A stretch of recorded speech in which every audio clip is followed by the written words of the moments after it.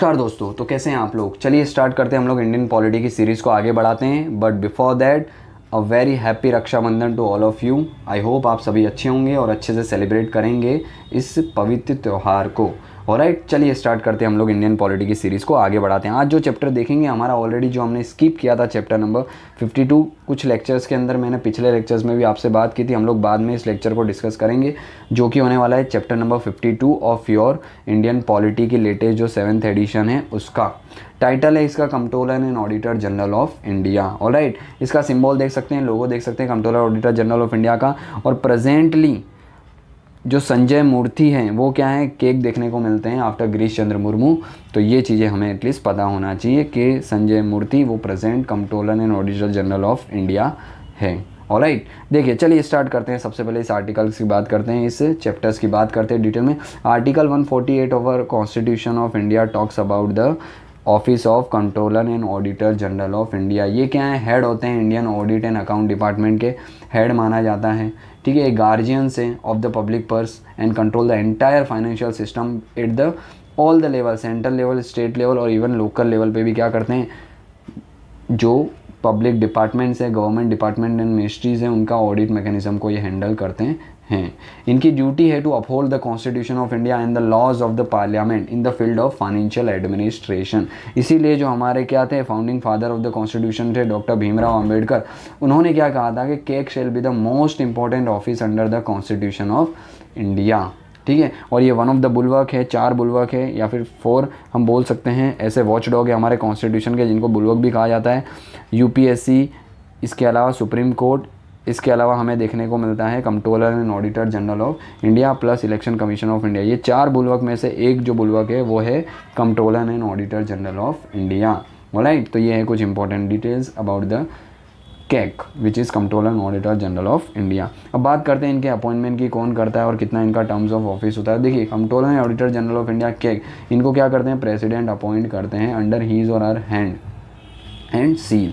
ठीक है, before taking over the office, भाई ऑफिस में जाने से पहले क्या करते हैं, सब्सक्राइब करते हैं ओथ को। ये ओथ क्या होती है, ऑलराइट, तो इन्हें लेनी होती है ओथ। इस ओथ के अंदर ये क्या कहते हैं, to bear the true faith in the allegiance to the constitution of India, to uphold the sovereignty and the integrity of India, to duly and faithfully and the best of his or her ability, knowledge in the judgment, perform the duties of his or her office without the favour or fear or affection or the ill will, and to uphold the constitution and the laws. तो ये कुछ होते हैं wordings of the oath of the controller and auditor general of India, जो कौन दिलाते हैं उनको, प्रेसिडेंट ऑफ इंडिया, उनके सामने ये ओथ लेते हैं। ठीक है, इनके टर्म्स की बात करें तो जनरली 6 ईयर या 65 ईयर्स, दोनों में से जो पहले हो गया, 6 ईयर हो गए उनको अपॉइंट किए या फिर 65 ईयर्स उनकी एज हो चुकी है, जिनमें से जो भी पहले हुआ वो क्या हो जाते हैं, उस समय रिटायर हो जाते हैं। उनको अगर रेजिग्नेशन देना है तो वो रेजिग्नेशन भी दे सकते हैं लेटर्स के थ्रू। किसको दे सकते हैं, अपॉइंटिंग अथॉरिटी यानी कि प्रेसिडेंट ऑफ इंडिया को दे सकते हैं। साथ ही साथ उनको रिमूव भी किया जा सकता है,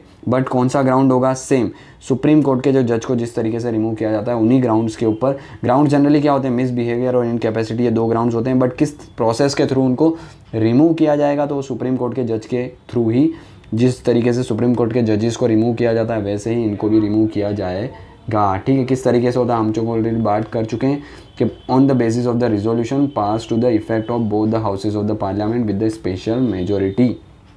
ठीक है, तो स्पेशल मेजोरिटी से रिजोल्यूशन पास करना होगा और both the houses of the parliament के अंदर, और उसके बाद क्या होगा, controller and auditor general of India को रिमूव किया जाएगा, जो कि सेम हम बोल सकते हैं प्रोसेस है सुप्रीम कोर्ट के जज की और हाई कोर्ट के जज की, यानी कि टफ है उनको रिमूव करना। ऑलराइट, यही चीज़ें क्या करता है, उनकी इंडिपेंडेंस को इंश्योर करता है कि उनका रिमूवल प्रोसीजर। ठीक है, कॉन्स्टिट्यूशन ने कौन कौन से ऐसे प्रोविज़न रखे हैं ताकि क्या किया जा सके, केक को इंडिपेंडेंटली काम करने दिया जा सके गवर्नमेंट यानी एग्जीक्यूटिव के द्वारा। तो सबसे पहले तो सिक्योरिटी ऑफ टेन्योर है भाई, कि 6 और 65 ईयर प्लस उनको रिमूव करना है। तो प्रोसीजर क्या है, सुप्रीम कोर्ट के जज की जैसी ही है, यानी इन शॉर्ट हम बोल सकते हैं इम्पीचमेंट जैसा ही कुछ प्रोसीजर जो कि टफ है और आज तक किसी केक को रिमूव नहीं किया गया इम्पीचमेंट के थ्रू। साथ ही साथ वो फर्दर एलिजिबल नहीं है, एक बार अपॉइंटमेंट इनकी हो गई, रिटायर हो गए, उसके बाद उनको फर्दर अप्लो नहीं है, इस ऑफिस को वापस से वो होल्ड नहीं कर सकते। इसके अलावा उनकी सैलरीज़ हैं, अदर सर्विस कंडीशंस हैं, वो पार्लियामेंट डिटरमाइन करती है according to act made by the parliament. ठीक है, हीज और her salary is equal to the जज ऑफ द सुप्रीम कोर्ट है, उनके बराबर होती है इनकी सैलरीज। पार्लियामेंट डिसाइड करती है। इसके अलावा अगर हम बात करें इनके सैलरीज़ हैं, जो भी राइट्स हैं in respect to the leave और द एब्सेंट है, पेंशंस हैं, रिटायरमेंट की एज है, ये सारी चीज़ें जो हैं एक बार उनको अपॉइंट कर दिया उसके बाद उसमें कोई भी चेंजेस नहीं आएंगे। ऑलराइट, सब जो मोस्ट इंपॉर्टेंट कॉन्स्टिट्यूशनल बॉडी है उसमें यही देखने को मिलता है। इसके अलावा इनकी कंडीशन ऑफ सर्विस है, ठीक है, इनके डिपार्टमेंट्स हैं जो कि Indian audit and account departments हैं, और एक एडमिनिस्ट्रेटिव पावर है कैग की, ये प्रिस्क्राइब की जाती है by the president after the consultation with the CAG. इनकी एडमिनिस्ट्रेटिव कंडीशन कैसी क्या रहने वाली है, सर्विस कंडीशन किस तरीके से रहेगी, वो सब कैग से कंसल्ट करके क्या डिसाइड करते हैं, प्रेसिडेंट डिसाइड करते हैं। और इनकी जितनी भी सैलरीज है, अलाउंसेज है, ये सारी चीज़ें क्या है, चार्ज एक्सपेंडिचर है from the consolidated fund of India, यानी इन पर वोटिंग नहीं होती है, यानी कि एक बार उनको अपॉइंट किया गया तो उसके बाद उसको वेरी यानी कि चेंज नहीं किया जा सकता, क्योंकि चार्ज एक्सपेंडिचर है from the consolidated fund of India. ये सारे प्रोविजन क्या करते हैं, इंश्योर करते हैं the independent of the controller and auditor general of India. Alright, इसके बाद अगर इनकी कुछ ड्यूटीज़ की बात करें, हम पावर्स की बात करें, तो देखिए आर्टिकल 148 तो इनके अपॉइंटमेंट की बात करता है, जबकि आर्टिकल 149 क्या बात करता है, ऑथोराइज करता है पार्लियामेंट को कि वो क्या करें, इनकी ड्यूटीज़ हैं, पावर्स हैं, वो सारी चीज़ें जो हैं वो क्या करें, डिफाइन करें इन रिलेशन टू किस फील्ड में होगी इनकी power, by accounts of the union as well as the state of any other authorities और द बॉडीज़ जो पार्लियामेंट डिसाइड करे। तो पार्लियामेंट क्या करती है, इनकी ड्यूटीज़ एंड रिस्पॉन्सिबिलिटी को डिसाइड करती है with respect to the accounts of the union and the financial matter, union के भी और स्टेट के भी। इसी रिगार्ड में पार्लियामेंट ने एक लॉ पास किया था 1971 में, जिसको बोला था keg duties powers and the condition of service act of 1971। इसके अंदर इनकी सारी ड्यूटीज़ और पावर पार्लियामेंट ने क्या है, प्रिस्क्राइब की थी। क्या होती है इनकी ड्यूटीज़ एंड पावर इस एक्ट के अकॉर्डिंग, सबसे पहले इनको ऑडिट करना है accounts related to all the expenditure from the consolidated fund of India, यानी कि यूनियन लेवल पे, plus consolidated fund of each state, यानी कि स्टेट लेवल के कंसोलिडेटेड फंड को भी ये क्या करते हैं, कहीं ना कहीं अकाउंट को ऑडिट करते हैं। साथ ही साथ जितने भी ट्रांजैक्शन है related to the contingency fund of India, public account of India, as well as the contingency fund of state and the public account of state, यानी सेंटर और स्टेट के दोनों के सबसे पहले तो कंसोलिडेटेड फंड्स, दूसरा पब्लिक अकाउंट, तीसरा कंटिजेंसी फंड, इन सभी को इनको क्या करना है, सारे ट्रांजेक्शन्स हैं अकाउंट्स हैं उनको ऑडिट करने का इनका काम होता है। साथ ही साथ ही और she audit all the trade manufacturing profit और लॉस अकाउंट है, बैलेंस शीट है, सब्सिडरी अकाउंट से, ये सारी चीज़ें सेंटर की भी और स्टेट की भी, इन सबको ये ऑडिट करते हैं। साथ ही साथ ऑडिट करते हैं जितने भी रिसिप्ट हैं, यानी कि जो हम बोल सकते हैं जो मिले हैं, पैसे आए हैं, अंडर रिसिप्ट हुए हैं। साथ ही साथ expenditure of all the bodies and the authority substantially finance from the centre और द स्टेट रिवेन्यू, तो उनको भी जिन्होंने भाई सेंटर और स्टेट से रिवेन्यू लेके जिन बॉडीज़ को रिवेन्यू मिला है उनको भी क्या करना है, सब्सटेंशियली ऑडिट करना इनका काम होता है। ये साथ ही साथ ऑडिट और भी करते हैं सारी बॉडीज़ को और अथॉरिटीज़ को जो कहीं ना कहीं ग्रांट ले रही है, लोन ले रही है सेंटर या स्टेट से स्पेसिफिक पर्पज़ के लिए, उसको भी ये क्या करते हैं, ऑडिट करते हैं। इसके अलावा जितने भी रिसिप्ट है सेंटर के या स्टेट के, जो इंश्योर करे rules and the procedure in this regard, क्या क्या है वो फॉलो कर रहे हैं, रूल्स एंड रेगुलेशंस कलेक्शंस के लिए, एक्सपेंडिचर लगाने के लिए, तो वो सारी चीज़ों को भी ऑडिट करने का इनका काम है। ये इसके अलावा क्या करते हैं, ये ऑडिट करते हैं all the accounts of the government companies in according with the provision of the companies act, तो गवर्नमेंट की कंपनीज हैं उसको भी ऑडिट करते हैं, but with respect to the provision of the companies act of 2013, तो उसके अकॉर्डिंग इनको ऑडिट भी करना होता है। इसके अलावा ये और भी ऑडिट्स करते हैं the accounts of all the corporation whose statutory provided for the audit by him, by statute यानी कि लॉ अगर इनको प्रोवाइड करता है कि ये पर्टिकुलर कॉर्पोरेशन है, कंपनी है गवर्नमेंट की, उसकी ऑडिट करना है तो वो भी इन्हीं के हाथ में होती हैं। इसके अलावा he or she audit the accounts of any other body or the authority when requested by the president or the governor, तो president और governor भी रिक्वेस्ट करेंगे तो उन बॉडीज़ का भी ये क्या करते हैं, हम बोल सकते हैं ऑडिट करते हैं। आर्टिकल 150 क्या बात करता है, 150 of the constitution talks about कि भाई ये एडवाइस दे सकते हैं प्रेसिडेंट को with regard to the prescriptions of the forms in which the accounts of the centre and the state shall be kept. भाई सेंट्रल गवर्नमेंट है या स्टेट गवर्नमेंट हो, उनको किस तरीके से अपने अकाउंट्स को मैनेज करना है, उनकी बैलेंस शीट कैसे उनको किस फॉर्म में मैनेज करनी है ताकि केग जो है उसको इजीली ऑडिट कर सके, ये आती है आर्टिकल 150 के तहत। प्रेसिडेंट को ये केग ही एडवाइस देते हैं, फिर प्रेसिडेंट यूनियन और स्टेट को बताते हैं कि आपको इस तरीके से अकाउंट मेंटेन करना है ताकि केग की ऑडिट हो तो वो इजीली क्या कर सकें, उसको वेरीफाई कर सकें, ऑडिट कर सकें। आर्टिकल 151 क्या बोलता है इसकी बजाय, वो बोलता है कि भाई ये केग जो है वो अपनी रिपोर्ट सबमिट करेंगे प्रेसिडेंट को और प्रेसिडेंट उसको क्या करेंगे before the both the house, यानी कि लोकसभा और राज्यसभा में वो प्रेसिडेंट को रखेंगे। आर्टिकल 151 बोलता है। इसके अलावा ये क्या करते हैं, केग जो है वो रिपोर्ट कई बार गवर्नर को भी सबमिट करते हैं और गवर्नर अपनी लेजिस्लेटिव असेंबली और लेजिस्लेटिव काउंसिल के अंदर उस रिपोर्ट को रखते हैं। आर्टिकल 151 इन दोनों बॉडीज़ के बारे में बात करता है। सेंटर और स्टेट लेवल पर उनको अपनी जो रिपोर्ट सबमिट करनी है, सेंटर में प्रेसिडेंट को और स्टेट में गवर्नर को। इसके अलावा आर्टिकल 279 क्या बात करता है कि भाई ही और she ascertain and certify the net proceeding of the taxes or the duties. His or her certificate is final. The net proceed हो गया means the proceed of the taxes or the duty minus the cost of the collection. भाई कितना already tax लगाया, तो लगाने के लिए बहुत सारे मेन पावर्स भी होंगे जो उसके अंदर यूज़ हो रहे होंगे, मशीनरी भी यूज़ होगी, तो उसमें कुछ खर्चा भी होता है। तो नेट प्रोसीड का मतलब होता है भाई ओवरऑल कलेक्शन हुआ उसमें से खर्चा माइनस करो, वो नेट प्रोसीड कितनी है वो फाइनलाइज करने का काम भी केक करते हैं सर्टिफिकेट के through. Article 279 talks about it. इसके अलावा वो गाइड भी करते हैं, इनको बोला जाता है guide, friend and philosophers of the public account committees of the parliament. तो पब्लिक अकाउंट कमेटी का गाइड, फ्रेंड, फिलोसोफर किसे कहा जाता है, केक को, क्योंकि आगे हम देखेंगे किस तरीके से पब्लिक अकाउंट कमेटी जो है उनके मेंबर्स भी होते हैं और उनकी रिपोर्ट जो है वो क्या करते हैं, वेरीफाई भी करते हैं। ठीक है, इसके अलावा ये क्या करते हैं, मेंटेन्स करते हैं, कंपाइल्स करते हैं the accounts of the state government in state government के अकाउंट तो कंपाइल करते हैं। 1970 अंदर क्या 1976 में क्या किया गया, he or she was relieve of his or her responsibility with regard to the compilation in the maintenance of the accounts of the central government due to the separation of the account from the audit, that is the departmentalization of the account. यानी state government के जो हैं क्या करते हैं, accounts को compiles और maintain करना इनका काम है। सेंट्रल गवर्नमेंट के अकाउंट्स को कंपाइल नहीं करते क्योंकि उसके लिए अलग से ऑडिट डिपार्टमेंट एस्टेब्लिश कर दिया गया था 1976 के अंदर। ऑलराइट, इसके अलावा देखो अगर केक की जब हम बात करते हैं with connection to the performance of his और हर ऑडिट, कौन कौन सी इसके पास पावर देखने को मिलती है केक के ऊपर, केक के पास कौन कौन सी ऐसी पावर्स है जब हम बात करते हैं with respect to the audit mechanism. ये इंस्पेक्ट कर सकते हैं एनी ऑफिस और the department which is subject to his और हर ऑडिट। इसके अलावा वो एग्जामिन भी कर सकते हैं सारे ट्रांजेक्शन्स को और क्वेश्चंस भी कर सकते हैं the person in charge of the office और द डिपार्टमेंट, उनसे क्वेश्चन वगैरह भी की जा सकती है। कॉल कर सकते हैं for the any records paper in the documents from any और टू डिसाइड भी कर सकते हैं extent and the manner of the audit, किस तरीके से किया जाए उसको भी ये मेंटेन कर सकते हैं। ऑलराइट, तो ये है कुछ duties and the power which is with the controller and auditor general of India.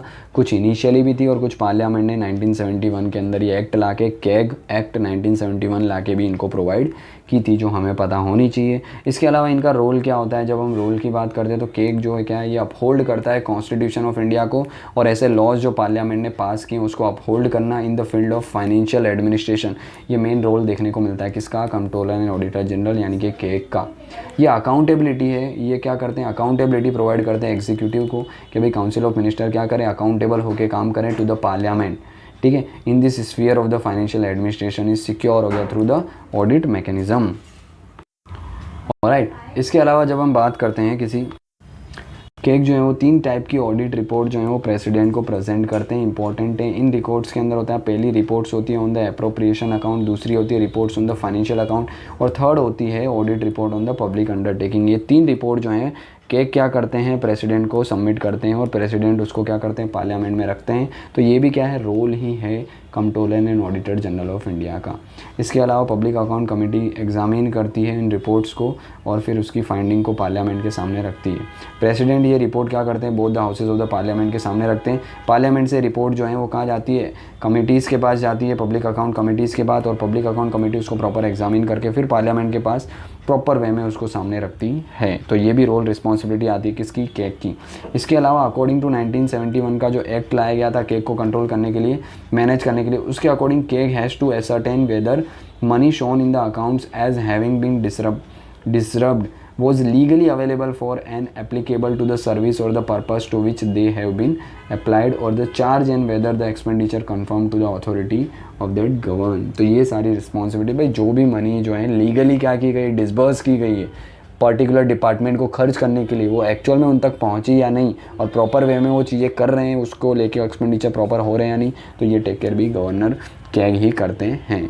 ठीक है, इन एडिशन अगर हम बात करें लीगली और रेगुलेटरी ऑडिट भी करते हैं कैग कंडक्ट। इनकी अलग अलग टाइप की ऑडिट्स होती है जिसमें प्रायोरिटी ऑडिट्स भी देखने को मिलती है। ये इंश्योर करते हैं कि भाई जो पब्लिक पर्स हैं, लोगों की मनी है, वो उनको क्या किया जाता है, प्रॉपरली प्रोटेक्ट किया जा सके। विजडम और फेथफुलनेस और economy of the government expenditure, ये चीज़ें भी इंश्योर करना इनका काम है। ठीक है, इसके अलावा कई बार ये प्रायोरिटी ऑडिट के साथ साथ परफॉर्मेंस ऑडिट भी करते हैं। परफॉर्मेंस ऑडिट के थ्रू क्या पता चलता है भाई किस तरीके से इफेक्टिवली क्या किया जा रहा है, इफेक्टिवनेस के साथ, इफ़िशियंसी के साथ जितने भी रिसिप्ट हैं उनका प्रॉपर एक्सपेंडिचर किया जा रहा है नहीं। तो परफॉर्मेंस ऑडिट होती है जिसके थ्रू ये सारी चीज़ें वेरीफाई की जाती है, और वो करने वाला इंसान कौन होता है, केग होते हैं।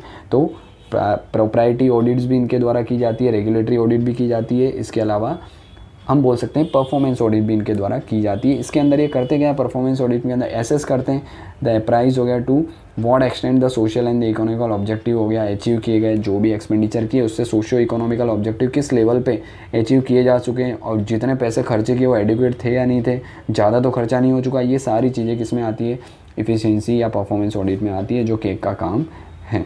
ठीक है, केक के पास मोर फ्रीडम देखने को मिलती है with regard to the audit of the expenditure then with regard to the audit of the receipt, store और स्टॉक। तो ज़्यादातर ये क्या है, जो एक्सपेंडिचर किए गए हैं उसको रेगुलेट करने में, उसको ऑडिट करने में इनके पास ज़्यादा पावर है एज़ कम्पेयर टू रिसीट। क्योंकि रिसीट तो एक बार मिल गया ठीक है, पर उसका एक्सपेंडिचर, उसका खर्चा, उस रिसीट का एक्सपेंडिचर किस तरीके से किया जा रहा है वो ज़्यादातर डोमेन में आता है केक के। ठीक है, इसके अलावा केक की जब हम बात करते हैं तो हमारे इंडिया में जो केक है, याद रखना ये कंट्रोलर का काम नहीं करता है। कंट्रोलर यानी कि अलग अलग डिपार्टमेंट मिनिस्ट्री को पैसे प्रोवाइड करना, रिसीट प्रोवाइड करना, वो काम केक का नहीं है। ये सिर्फ और सिर्फ देखो नाम तो इसका केक है, controller and auditor general of India, but controller का काम जो है ये केक नहीं करता है, ये सिर्फ और ऑडिटर का काम करता है। कंट्रोलर का मतलब होता है अलोकेशंस करना, रिसोर्सेज का, एक्सपेंडिचर का अलोकेशंस करना, रिसीट का, पैसों का अलोकेशन करना डिपार्टमेंट मिनिस्ट्री को, ये इनका काम नहीं है। इनका काम है सिर्फ और सिर्फ जो एक्सपेंडिचर हो चुके हैं उसको प्रॉपर वे में ऑडिट करना, वो सेंटर के हो या स्टेट को या एनी अदर बॉडीज़ के हो जो प्रेसिडेंट ने उनको प्रिस्क्राइब किए।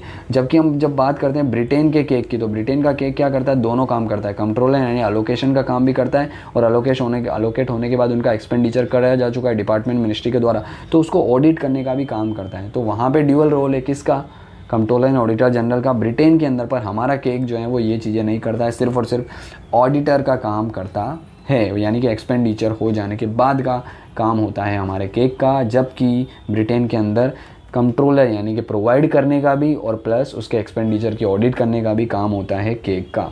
ऑलराइट, तो आई होप आपको ये चीज़ें क्लियर हो चुकी होगी। ऑलराइट, देखिए इसके बाद हम आज का लास्ट टॉपिक डिस्कस करते हैं जो कि है केक इन द कॉरपोरेशन। जो कॉरपोरेशंस कंपनियां हैं भाई, गवर्नमेंट की या प्राइवेट कंपनी, उनके रिगार्डिंग क्या है लिमिटेशंस हैं केक की। यस, लिमिटेड वे में वो ऑडिट कर सकता है या ऑडिट नहीं भी कर सकता है। ब्रॉडली स्पीकिंग अगर हम बात करते हैं with relation to the public corporation, क्या 3 कैटेगरी के अंदर हम रिलेशन देख सकते हैं केक के। देखो फर्स्टली क्या होता है, सम कॉरपोरेशन ऐसे होते हैं जिनके लिए ऑडिट जो है वो टोटली अलाउ होती है, डायरेक्टली क्या करते हैं केग उसके लिए ऑडिट करते हैं। लेकिन कुछ ऐसे कॉरपोरेशंस होते हैं जिनमें प्राइवेट प्रोफेशनल्स होते हैं ऑडिटर, वही क्या करते हैं ऑडिट करते हैं, बट उनको अपॉइंट कौन करती है, सेंट्रल गवर्नमेंट करती है, but with the consultation of keg.